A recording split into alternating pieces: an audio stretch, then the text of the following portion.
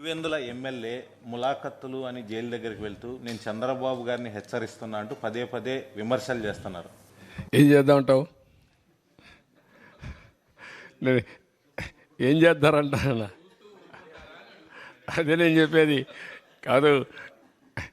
ఇట్లే మాట్లాడుతూ ఉంటారు. ఇప్పుడు ఇంకోటి గుర్తుపెట్టుకోవాలి. రాజకీయ ముసుగులో కరుడుగట్టిన నేరస్తులు వచ్చి రాష్ట్రాన్ని లూటీ చేసి ఆ లూటీ చేసిన డబ్బులతో ఎక్కడికక్కడ బ్రైవింగ్ ఇచ్చేసి వ్యవస్థలకే ఒక ఛాలెంజ్గా తయారైపోయారు. అదొక సమస్య ఉంది నాకు. ఇక్కడ మీరు గుర్తుపెట్టుకోవాలి, వ్యవస్థలో 5 ఏళ్ళు సంపాదించిన డబ్బులు ఉంది. ఏ వ్యవస్థనైనా కొనే శక్తి ఉంది. ఆ వ్యవస్థను కొనే పరిస్థితికి వస్తారు. అందుకే మార్నింగ్ కూడా బ్యాంకర్స్ అని చెప్పాను, 200-500 రూపాయలు రద్దు చేయండి, క్యాష్లెస్ విలేజెస్ ఉండేట్టుగా ఎక్కడ చూసినా డిజిటల్ కరెన్సీ ప్రమోట్ చేయండి మీరు అని చెప్పాం. అవన్నీ ఏంటి మనం చెప్పేట్టు లాంగ్ టర్మ్లో ఒక వాల్యూ బేస్డ్ ఇవన్నీ. కానీ ఇప్పుడు ఎట్లా ఫేస్ చేయాలి? ఇవన్నీ ఉంటాయి. ఎవరు ఎన్ని అరిచినా ఎన్ని బెదిరింపులు చేసినా ఐఎమ్ వెరీ క్లియర్, ఎవ్వరు కూడా నేరస్తులు తప్పించుకోలేరు, అవినీతి పరులు తప్పించుకోలేరు. ఎక్కడ విక్టిమైజేషన్ ఉండదు ఈ గవర్నమెంట్లో. ఈ గవర్నమెంట్లో ఒకటే ఉంటుంది, ఫర్మ్గా ఉంటుంది గవర్నమెంట్. ఎవ్వరికి భయపడదు, సిస్టమేటిక్గా ఉంటాం. ఎవరు తప్పు చేసినా, ఎవరు రాజకీయ ముసుగులో బెదిరించాలన్నా ఆ బెదిరింపులకు ప్రభుత్వం భయపడదు. ఇవన్నీ కలిపితే మీరు చూస్తే tariff increase 16,699, true up or fuel surcharge.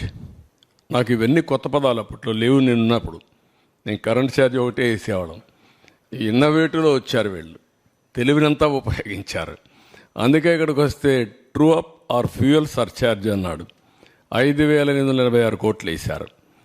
True up charges అన్నారు, 3,977 కోట్లు వేశారు. ఎలక్ట్రిసిటీ డ్యూటీ 5,604 కోట్లు అయింది. ఒక యూనిట్కి ₹1 వేశారు. ఆ డబ్బులు ఎవరికి పోవాలి? ఎలక్ట్రిసిటీ డ్యూటీ యూటిలిటీకి పోవాలి. గవర్నమెంట్ తీసుకున్నారు. గవర్నమెంట్ ఇవ్వవలసినటువంటి టారిఫ్ వేరియేషన్ ఉంటుంది. అగ్రికల్చర్కు మేము గ్యారంటీ ఇస్తాం, అది గవర్నమెంట్ పే చేయాలి, అది పే చేయలేదు. గవర్నమెంట్ పే చేయాల్సింది పే చేయలేదు. ఎలక్ట్రిసిటీ డ్యూటీ వేసి ఇందులో ఆదాయం సంపాదించుకున్నాడు గవర్నమెంట్ మళ్ళీ.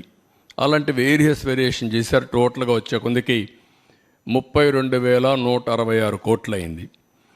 ఇందులో మీరు చూస్తే 8,180 కోట్లు ఒక్క డొమెస్టిక్ కన్జ్యూమర్స్ పైన పడింది.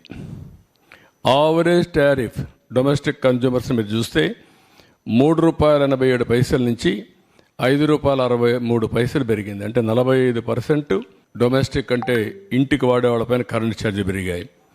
పూర్ కన్జ్యూమర్స్ ఎక్కువ సఫర్ అయ్యారు. పేదవాళ్ళ మీద భారం ఎక్కువ పడింది. అంటే 78-99% వాళ్ళ మీద పెరిగింది. ఇంకొక పక్కన మిడిల్ క్లాస్ చూసి 29% పెరిగింది. మొత్తం 1,53,00,000 మంది కన్జ్యూమర్స్ సఫర్ అయ్యారు. ఇంకొక పక్కన పెండింగ్ ఉంది ఇప్పుడు మళ్ళీ 17,137 కోట్లు ట్రూ అప్ ఫ్యూయల్ ఛార్జెస్ ఏపీఆర్సీలో పెండింగ్ ఉన్నాయి. ఇది మోర్ రిలవెంట్. 50 యూనిట్లు వాడే వాళ్ళందరికీ ₹1 నుంచి ₹1.99 పెరిగింది. 100 యూనిట్లు వాడే వాళ్ళకి ₹2.44 నుంచి ₹4.53 పెరిగింది, 86% పెరిగింది. 200 యూనిట్లు వాడేవాడికి ₹6.32 నుంచి ₹1,123 పెరిగింది, 78% పెరిగింది. 300 యూనిట్లు వాడేవాడికి 1,573 నుంచి 2,034 అంటే 29%. ఎప్పుడూ మాట్లాడుతూ ఉంటాడు పెత్తందారులని. ఈ పెత్తందారు చేసిన పనికి పేదవాడు చితికిపోయే పరిస్థితి వచ్చింది. పేదవాడి మీద భారం పడింది. పేదవాళ్ళు నడ్డి విరిచే పరిస్థితికి వచ్చాడు. అన్నింటికంటే ముఖ్యంగా 50 యూనిట్లు వాడిన వ్యక్తులపైన 98% పెంచారు. 100% భారం మోపారు.